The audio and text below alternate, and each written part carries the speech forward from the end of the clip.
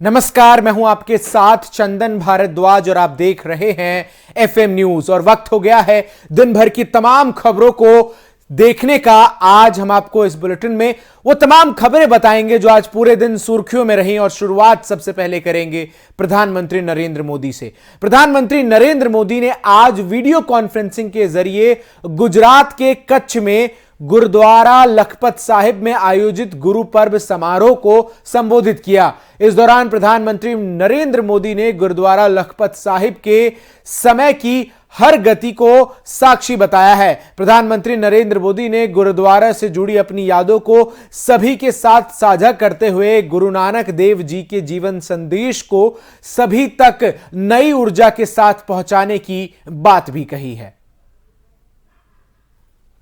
और 2001 के भूकंप को कौन भूल सकता है।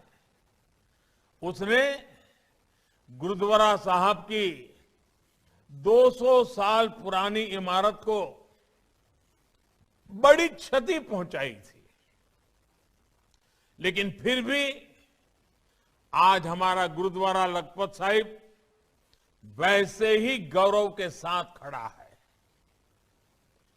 मेरी तो बहुत अनमोल यादें इस गुरुद्वारे के साथ जुड़ी हैं। 2001 के भूकंप के बाद मुझे गुरु कृपा से इस पवित्र स्थान की सेवा करने का सौभाग्य मिला था।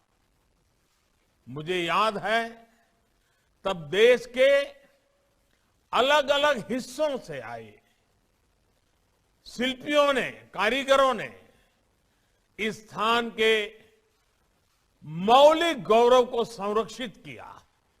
जब देश जात पात और मत मतांतर के नाम पर कमजोर पड़ रहा था, तब गुरु नानक देव जी ने कहा था, जानहू ज्योति न पूछू जाति, आगे जात न है।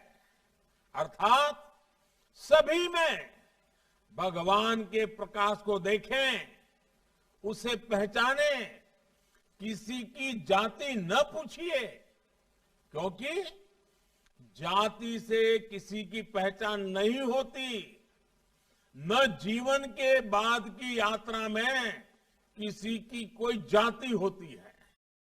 तो प्रधानमंत्री नरेंद्र मोदी गुजरात के कच्छ के लखपत साहिब गुरुद्वारा के कार्यक्रम में शामिल हुए और यहां उन्होंने जिक्र किया 2001 के समय जब गुजरात के कच्छ में भूकंप आया था, तब किस तरीके से इस गुरुद्वारे ने वहां लोगों को शरण दी, किस तरीके से इस गुरुद्वारे को पुनर्जीवित करने का काम किया। और इस गुरुद्वारे के जरिए प्रधानमंत्री नरेंद्र मोदी ने गुरु नानक देव जी के संदेशों को भी पूरे विश्व के सामने नई ऊर्जा के साथ पहुंचाने का जो प्रण है वो देशवासियों के सामने दोहराया है। अब रुख अगली खबर का करते हैं। आज पूरा देश पूर्व प्रधानमंत्री अटल बिहारी वाजपेयी का जन्मदिन मना रहा है। अटल जी 3 बार देश के प्रधानमंत्री होने के अलावा हिंदी कवि, पत्रकार और प्रखर वक्ता भी थे। अटल जी को भारतीय राजनीति का अजात शत्रु भी कहा जाता है। अटल जी के जन्मदिन के मौके पर आज उनकी समाधि स्थल सदैव अटल पर सुबह देश के राष्ट्रपति रामनाथ कोविंद, देश के प्रधानमंत्री नरेंद्र मोदी समेत बीजेपी के कई वरिष्ठ नेता और मंत्री पहुंचे, जहां उन्होंने अटल जी को श्रद्धा सुमन अर्पित किए। अटल जी के जन्मदिन को वर्तमान सरकार आज के दिन को सुशासन दिवस के रूप में मनाती है। अटल जी को याद करते हुए प्रधानमंत्री नरेंद्र मोदी ने ट्वीट कर कहा कि अटल जी को उनकी जयंती पर कोटि कोटि नमन। हम राष्ट्र के लिए उनकी समृद्ध सेवा से प्रेरित हैं। उन्होंने भारत को मजबूत और विकसित बनाने के लिए अपना जीवन समर्पित किया। उनकी विकास पहल ने लाखों भारतीयों को सकारात्मक रूप में प्रभावित किया। वहीं देश के गृह मंत्री अमित शाह ने भी ट्वीट कर अटल बिहारी वाजपेयी को श्रद्धांजलि देते हुए कहा कि अपने प्रधानमंत्री के कार्यकाल में अटल जी ने कई दूरदर्शी निर्णय लेकर एक मजबूत भारत की नींव रखी और साथ ही देश में सुशासन की कल्पना को चरितार्थ करके दिखाया।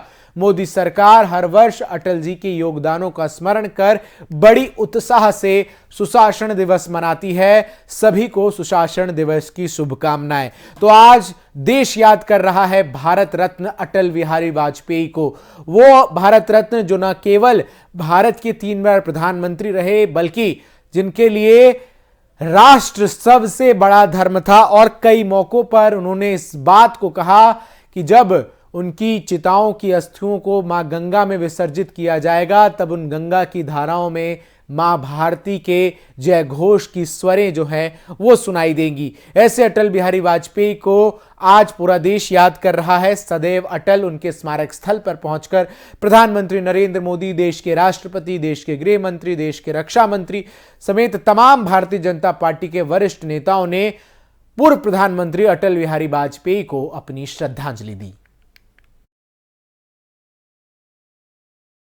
रुख अब अगली खबर का करते हैं। केंद्रीय गृह मंत्री अमित शाह ने आज दिल्ली के विज्ञान भवन में सुशासन दिवस के कार्यक्रम को संबोधित किया। गौरतलब है कि केंद्र सरकार हर साल अटल बिहारी वाजपेयी के जन्मदिन को सुशासन दिवस के तौर पर मनाती है।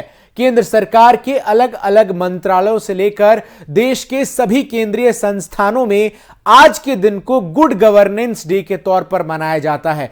विज्ञान भवन में आयोजित कार्यक्रम में बोलते हुए गृह मंत्री अमित शाह ने मोदी सरकार के कामकाज और उपलब्धियों को जनता के सामने रखते हुए कहा कि मोदी सरकार ने अपने कार्यकाल में लगातार गुड गवर्नेंस को लेकर प्रतिबद्धता दिखाई है। और कुछ क्या कहा है गृह मंत्री अमित शाह ने, आप भी सुनिए।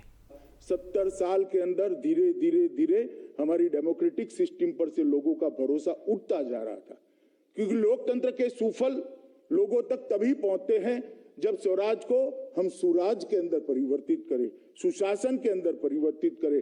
और नरेंद्र मोदी जी ने लोगों की ये जो अपेक्षा थी स्वराज को सुराज में परिवर्तित करने की, इसको बहुत अच्छे तरीके से जमीन पर उतारने का काम किया और इसके लिए अहर्निश प्रयास किया।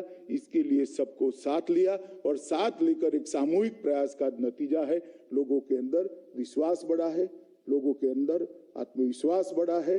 और लोग 25 साल के बाद जब देश की आजादी की शताब्दी मनाई जा रही होगी तब देश कैसा होगा इसका मानचित्र हर नागरिक अपने मन में बनाता है।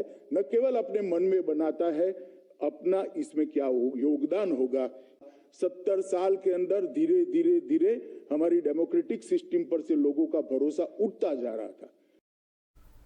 तो अमित शाह, देश के गृह मंत्री, ने गुड गवर्नेंस डे के इस कार्यक्रम में केंद्र सरकार की तमाम उपलब्धियों को गिनाने के साथ ही कहा कि मोदी सरकार ने अपने बीते 7 सालों के कामकाज में गुड गवर्नेंस को एक मूल मंत्र बनाया है और उसी के जरिए सरकार जो है आम जनता के हित के मुद्दों को उठाते हुए देश के विकास को आगे बढ़ा रही है। अब रुख अगली खबर का करते हैं। लुधियाना कोर्ट ब्लास्ट को लेकर आज चंडीगढ़ में पंजाब के डीजीपी सिद्धार्थ चट्टोपाध्याय ने प्रेस कॉन्फ्रेंस की। इस दौरान डीजीपी ने दावा किया कि हमने इस मामले को 24 घंटे के अंदर सुलझा दिया है। उन्होंने बताया कि इस ब्लास्ट केस के आरोपी का कोर्ट में ट्रायल चल रहा था। इसके साथ ही डीजीपी ने कहा कि राज्य में आतंक, माफिया और ड्रग्स एक चुनौती है। डीजीपी सिद्धार्थ चट्टोपाध्याय ने कहा कि लुधियाना ब्लास्ट बहुत शक्तिशाली ब्लास्ट था। मौके से पुलिस को काफी लीड मिले हैं। मृतक के हाथ पर पुलिस को टैटू मिला। शुरुआती जांच में पुलिस को लगा कि मृतक विस्फोटक ले जाने का काम कर रहा है, जिसके बाद जांच में इस बात पर पुख्ता मुहर लग गई। डीजीपी ने यह भी कहा कि लुधियाना कोर्ट ब्लास्ट केस में मारे गए व्यक्ति जो कि पूर्व पुलिसकर्मी है, उसका नाम गगनदीप सिंह है। गगनदीप सिंह विस्फोटकों को लाने ले जाने का काम अंजाम दे रहा था। गगनदीप सिंह को 2019 में सेवा से बर्खास्त कर दिया गया था और ड्रग्स तस्करी के मामले में उसकी गिरफ्तारी के बाद 2 साल से जेल में वो था।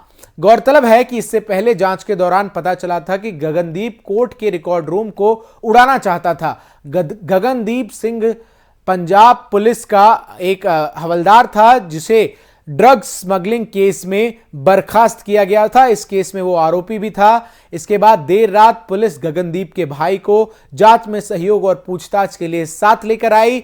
इसके अलावा पंजाब के डीजीपी ने पंजाब में बीते कुछ दिनों में बेअदबी की हुई घटनाओं को लेकर भी कहा कि पंजाब पुलिस पूरी तरीके से अलर्ट है, मुस्तैद है और किसी भी प्रकार के लोगों को पंजाब की शांति भंग करने की अनुमति नहीं दी जाएगी। लोगों से भी पंजाब के डीजीपी ने अपील की कि अगर वो किसी शरारती तत्व को अपने आसपास देखते हैं तो वो तुरंत निकटतम पुलिस स्टेशन में उस शरारती तत्व से जुड़ी जानकारी साझा करे, जिससे पंजाब में चुनाव से पहले माहौल को शांतिपूर्ण बनाए रखने का जो काम है वो किया जा सके। रुख अब अगली खबर का करते हैं। उत्तराखंड में अगले साल होने वाले विधानसभा चुनाव के मद्देनजर बीजेपी ने दावा किया है कि पार्टी में शुक्रवार देर रात मचे घमासान का निपटारा हो गया है। इस दौरान कैबिनेट बैठक में इस्तीफा देने की घोषणा करने वाले वन और पर्यावरण मंत्री हरक सिंह को मना लिया गया है। इसके लिए आलाकमान को दखल देना पड़ा। गौरतलब है कि धामी सरकार के वरिष्ठ मंत्री और राज्य के कद्दावर नेता हरक सिंह रावत ने शुक्रवार को अचानक पद से इस्तीफा दे दिया था। इसके बाद हरक सिंह रावत के करीबी और देहरादून की रायपुर विधानसभा सीट से विधायक उमेश शर्मा काऊ ने भी इस्तीफा दे दिया था, जिसके बाद राजनीतिक कयास लगाए जा रहे थे जिससे बीजेपी को काफी नुकसान हो सकता था। लिहाजा पार्टी हाईकमान कंट्रोल करने के लिए एक्टिव हो गया। हरक सिंह रावत ने नाराज होकर, गौरतलब है कि पुष्कर सिंह धामी की अध्यक्षता वाली कैबिनेट बैठक में इस्तीफा देने की बात कही थी और अचानक ही बैठक से बाहर निकलकर चले गए थे। उन्होंने बैठक के दौरान कोट द्वार में मेडिकल कॉलेज बनाए जाने का प्रस्ताव रखा था, जिसे खारिज कर दिया गया था। हरक सिंह रावत लंबे समय से सरकार से इसकी मांग कर रहे थे। वहीं बैठक में प्रस्ताव खारिज होने से उन्हें दुख हुआ। उन्होंने इस्तीफा देने के बाद मीडिया से कहा कि मुझे पार्टी के अंदर भिखारी जैसा बना दिया गया है, ऐसे में अब बीजेपी के साथ काम नहीं कर सकता। लेकिन तुरंत इसके बाद जैसे ही हरक सिंह रावत जो है इस्तीफा देकर एक तरीके से कोप भवन में चले गए, भारतीय जनता पार्टी के दिल्ली इकाई के तमाम बड़े नेता एक्टिव हुए। उन्होंने हरक सिंह रावत से बातचीत कर इस पूरे मसले को समझाया। इससे पहले कयास ये भी लगाए जा रहे थे कि चूंकि हरीश रावत कांग्रेस के प्रभारी बनने के बाद पहली बार आज देहरादून पहुंचने वाले थे, तो हरीश रावत और हरक सिंह रावत में भी मुलाकात हो सकती थी, जो भारतीय जनता पार्टी के लिए एक बड़ा नुकसान होता। लेकिन सही समय पर डैमेज कंट्रोल करने में भारतीय जनता पार्टी ने सफलता प्राप्त की। रुख अब अगली खबर का। राजस्थान की राजधानी जयपुर में कोरोना वायरस के नए वेरिएंट ओमिक्रॉन मामले के चलते राजस्थान सरकार ने कोरोना वैक्सीनेशन अनिवार्य करने का फैसला लिया है, जहां अगले साल 1 जनवरी से विभिन्न स्थानों पर प्रवेश करने और सुविधाओं का उपयोग करने के लिए कोरोना वैक्सीन लगवाना अनिवार्य कर दिया जाएगा। सीएम अशोक गहलोत ने दुनिया के लगभग 110 देशों में ओमिक्रॉन के फैलने पर चिंता व्यक्त की। साथ ही कहा कि सभी उम्र के लोगों को खुद टीका लगवाना चाहिए और कोरोना गाइडलाइंस का पालन करना चाहिए। इसके लिए उन्होंने स्थानीय जिला प्रशासन को टीकाकरण और फेस मास्क पहनने के प्रति लोगों को जागरूक करने का निर्देश दिया है। दरअसल सूबे के सीएम अशोक गहलोत ने लोगों से नियम कानून एवं रात्रिकालीन कर्फ्यू का पालन करने की अपील की है और केंद्र सरकार से बूस्टर डोज और बच्चों से वैक्सीनेशन जल्द से जल्द बच्चों का वैक्सीनेशन जो है जल्द से जल्द हो, इसको लेकर भी उन्होंने बात की। वहीं शुक्रवार को अशोक गहलोत ने तमाम जो वरिष्ठ चिकित्सक हैं राजस्थान में उनसे मुलाकात कर हालात की समीक्षा की। वहीं नए साल के जश्न को देखते हुए मुख्यमंत्री गहलोत ने अधिकारियों को जनवरी के पहले हफ्ते में फेस मास्क पहनने और सोशल डिस्टेंसिंग जैसे अनिवार्य उपयोगों का कड़ाई से सुनिश्चित करने का भी निर्देश दिया है।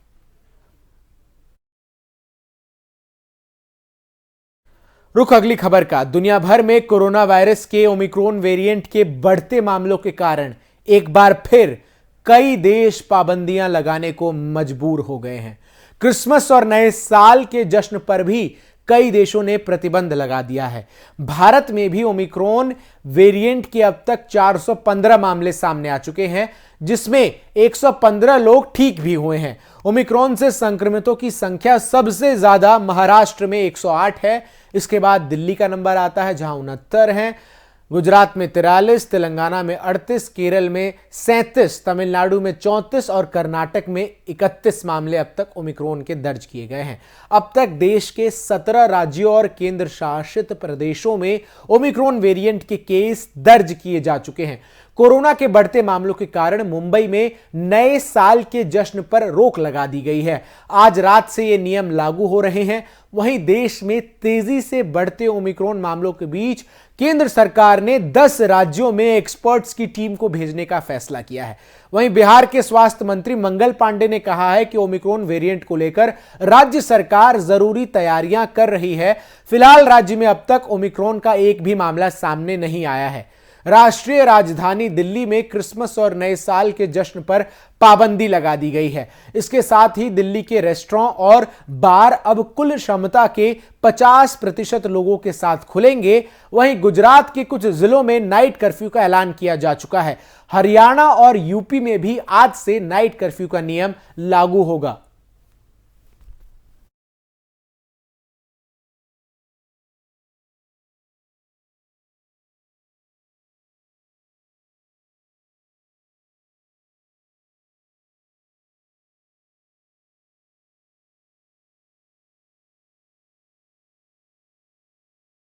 मामले देश भर में बढ़ते हुए नजर आ रहे हैं और इन बढ़ते हुए मामलों के बीच तमाम पाबंदियां जो हैं वो लगा दी गई हैं। इन तमाम पाबंदियों के मद्देनजर देश में नए साल के जश्न पर देश के अधिकतर राज्यों में रोक है। इसके साथ ही साथ जिस तरीके से कोरोना संक्रमण के मामले बढ़ रहे हैं, ऐसे में केंद्र सरकार ने देश के 10 राज्यों में एक्सपर्ट्स की टीम को भेजने का भी निर्णय किया है। मुंबई में भी आज से जो है वो कड़े नियम कायदे जो है कोरोना संक्रमण के मद्देनजर लागू कर दिए गए हैं। यूपी में आज से नाइट कर्फ्यू, हरियाणा में नाइट कर्फ्यू, गुजरात के उन जिलों में जहां संक्रमण के मामले दर्ज किए जा रहे हैं वहां नाइट कर्फ्यू जो है वो रहेंगे।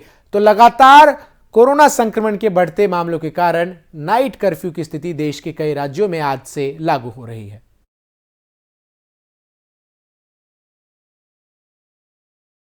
रुख अब अगली खबर का। कोरोना वायरस का ओमिक्रॉन वेरिएंट पूरी दुनिया में तेजी से फैल रहा है, जिसके कारण कई देशों ने यात्रा प्रतिबंध और अन्य पाबंदियां लगाना शुरू कर दी है।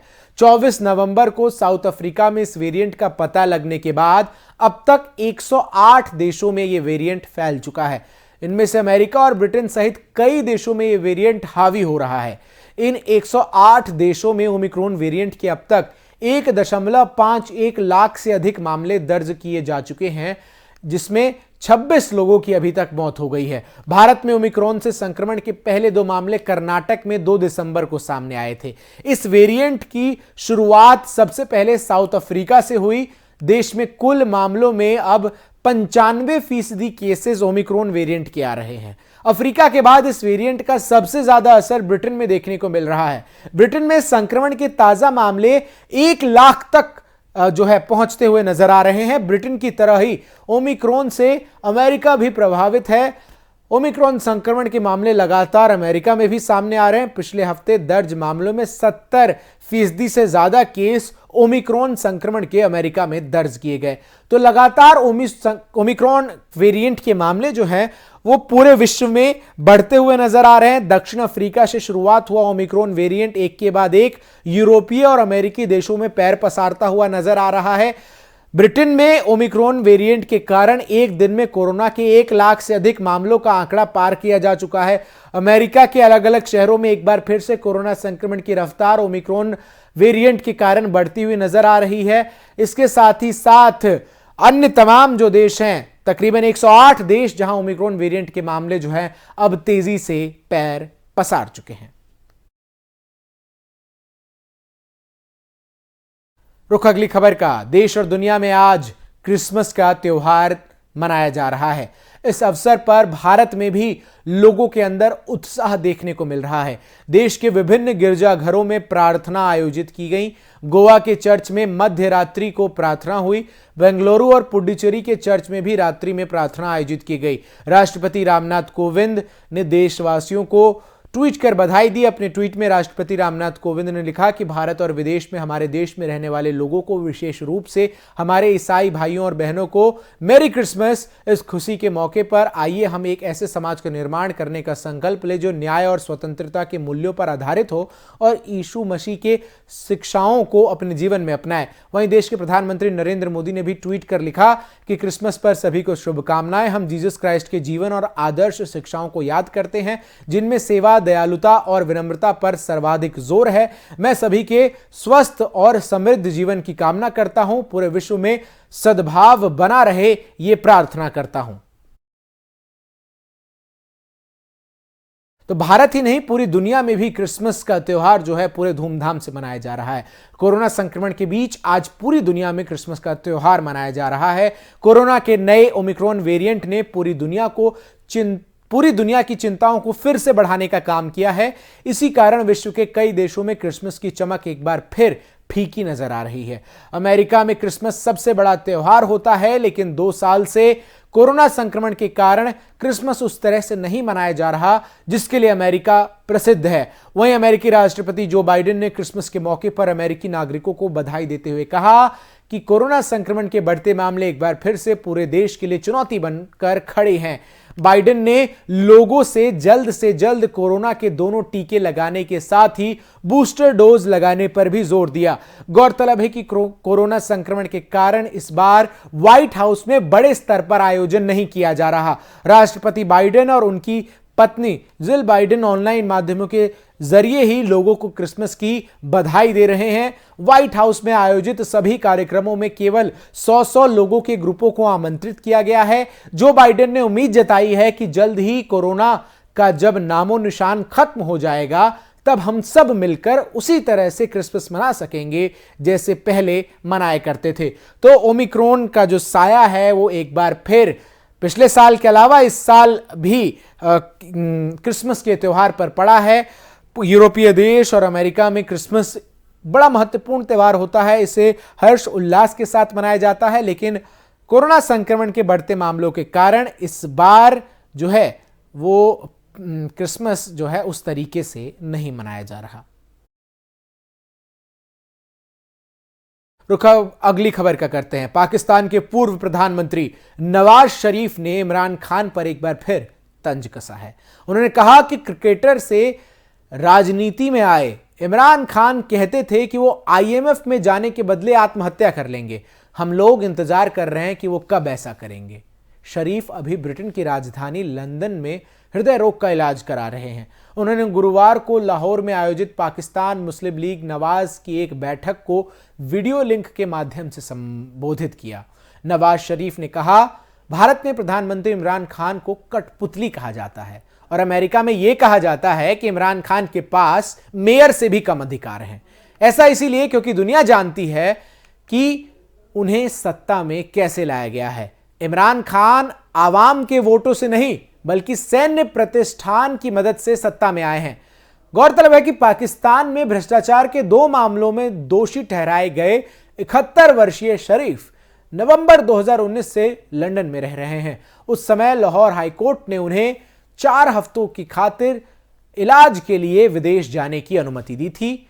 तब से नवाज शरीफ जो है वो इस डर से वापस पाकिस्तान नहीं लौटे हैं क्योंकि उनके ऊपर गिरफ्तारी का तलवार जो है लटकता हुआ नजर आ रहा था। लेकिन इस बीच लंदन से भी इमरान शरीफ लगातार नवाज शरीफ इमरान खान पर जो हमला है वो करते हुए नजर आते हैं।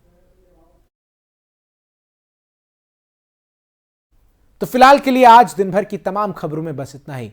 देश और दुनिया की सभी खबरों के लिए देखते रहिए FM न्यूज।